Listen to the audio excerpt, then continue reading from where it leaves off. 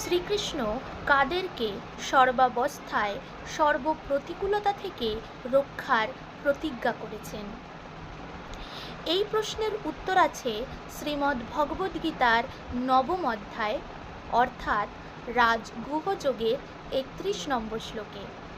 তাহলে আসুন জেনে নেওয়া যাক। এই শ্লোকে ভগবান শ্রীকৃষ্ণ অর্জুনকে বলছেন, ক্ষিপ্রম ভবতি ধর্মাত্মা শাশ্বত শান্তিম নিগচ্ছতি কৌন্তেয় প্রতিজানীহি ন মে ভক্তঃ প্রণশ্যতি।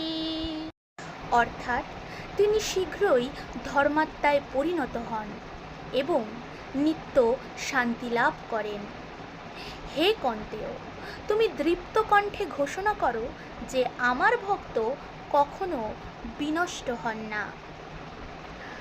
বন্ধুরা, এই শ্লোকের মাধ্যমে আমরা জানতে পারি যে ভগবান শ্রীকৃষ্ণ তার ভক্তদের সর্বাবস্থায় সর্বপ্রতিকূলতা থেকে রক্ষার প্রতিজ্ঞা করেছেন।